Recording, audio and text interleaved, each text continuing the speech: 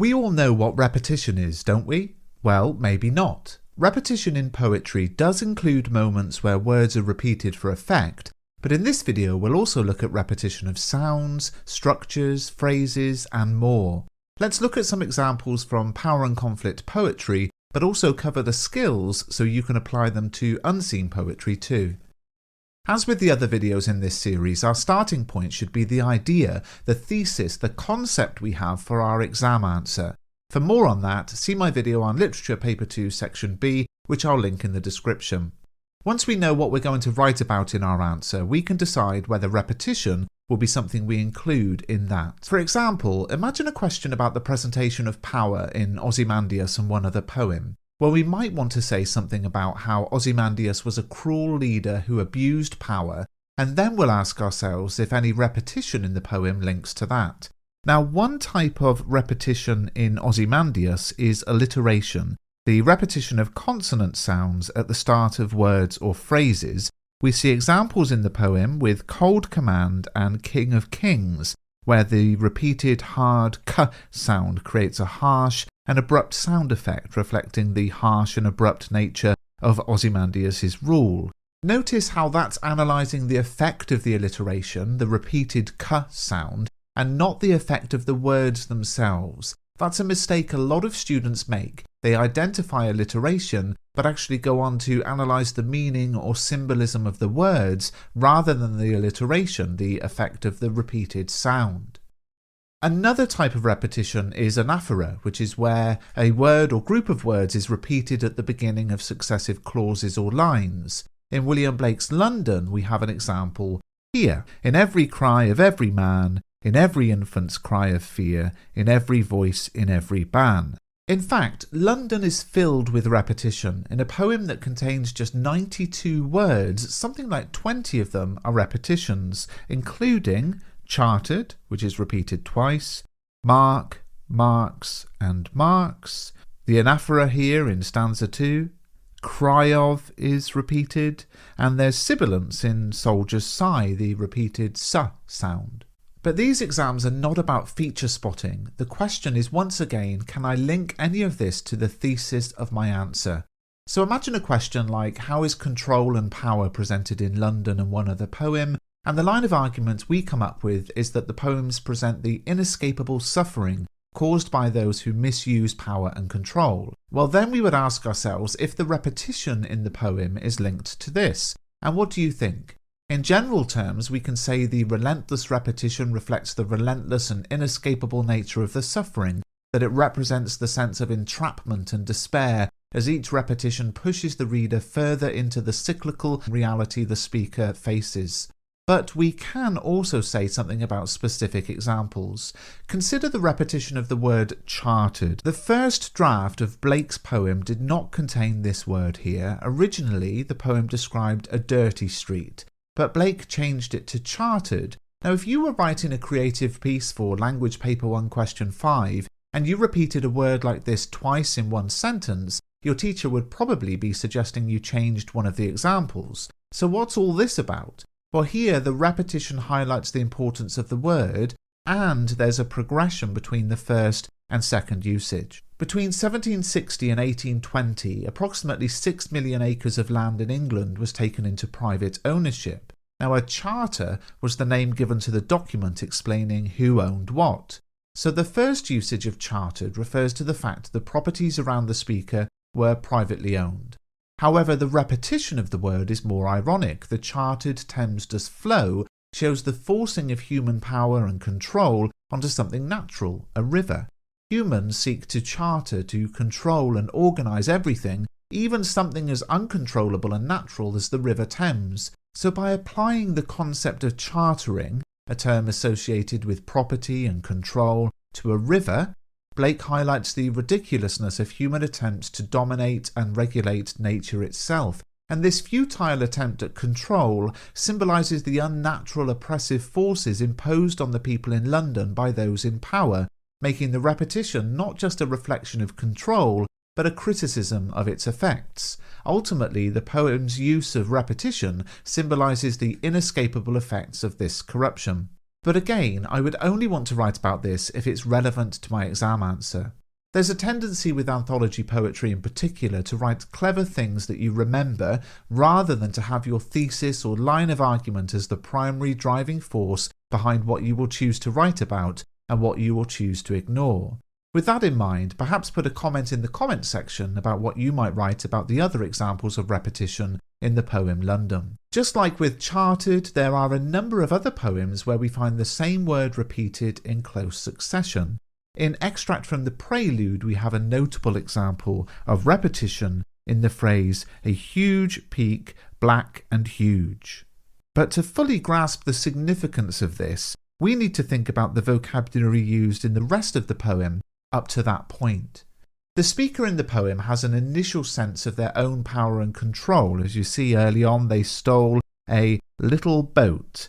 But by line 17, they're describing it as an elfin pinnace. Now, a pinnace is a light sailing ship, and the adjective elfin gives a sense of magic or mythicism to the scene. The poet is feeling all-powerful, as if they're the hero of some mythical story. The simile, heaving through the water like a swan, adds to this sense of power. The opening of the poem, then, is rich in imagery and figurative language, all suggesting the speaker's sense of power.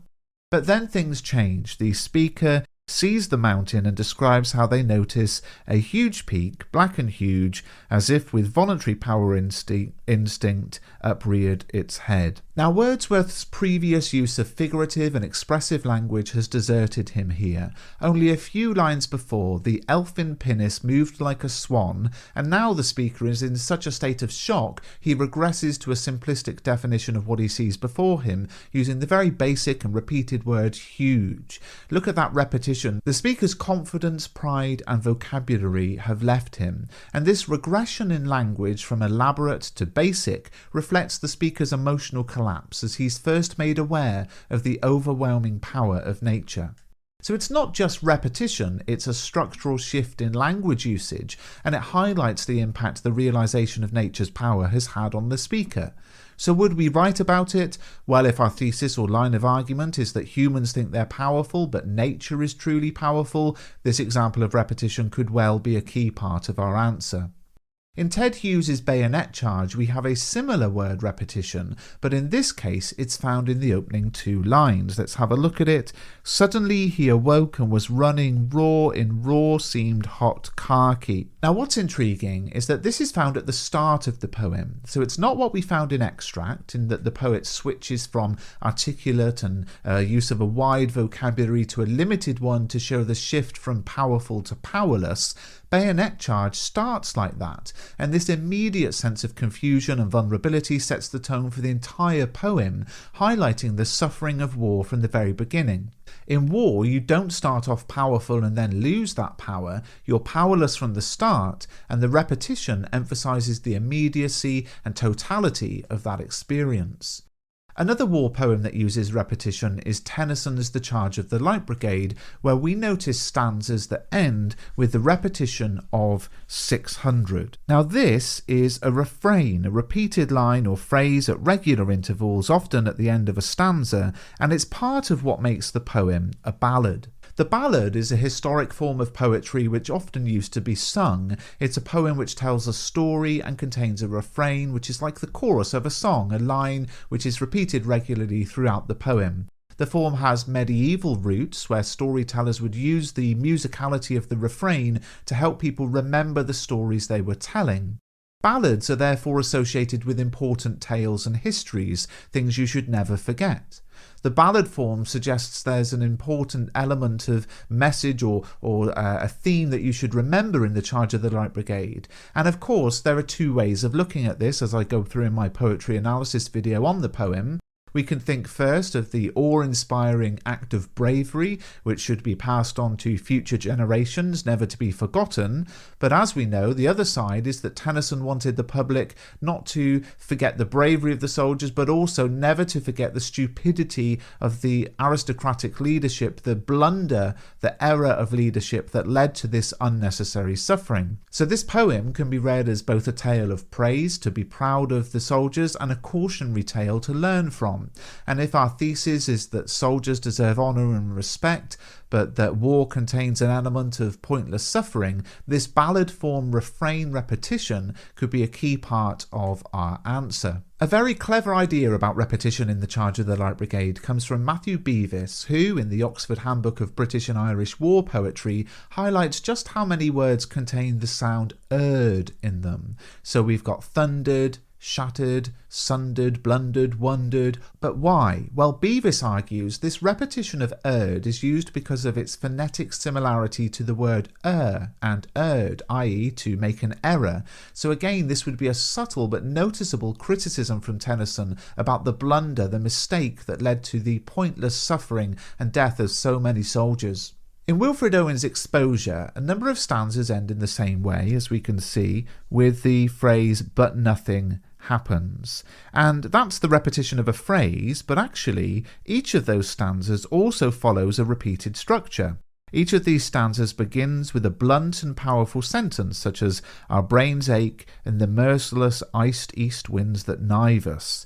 And then these opening sentences are then followed by highly emotive vocabulary choices: wearied, low drooping, confused, worried, curious, nervous. But crucially, after dramatically heightening the tension, each of these stanzas ends with an anticlimactic "but nothing happens." So the repetition of the phrase and the repetition of the structure reflects the futility of war. It reflects how the soldiers' hopes for resolution or improvement or even action are continually ruined, symbolising how war offers no real progress or purpose beyond a cycle of constant, unchanging suffering. If our thesis is about the pointless suffering of war, this repetition could fit nicely into our answer.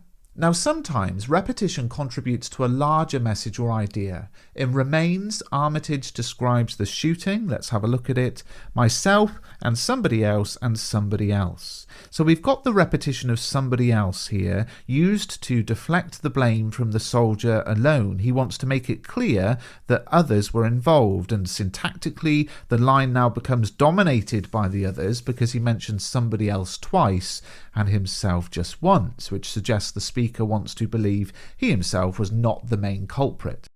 However, notice the shift at the end where the narrator explains his bloody life in my bloody hands. So now we've got a shift, haven't we? The use of the pronoun my marks a change in the soldier's perception. The poem ends with the acknowledgement that the speaker is taking responsibility. The suffering of war is presented here. It might have been a joint decision, but the reality is that at home again, alone, this soldier deals with the consequences. So the repetition of the collective responsibility early in the poem, when compared to the singular acceptance at the end, creates the message that the personal, individual impact and suffering of war is inescapable. In the same poem, we have another important example of repetition. Let's have a look at it. On line 22, we read "sleep," and he's probably armed, possibly not.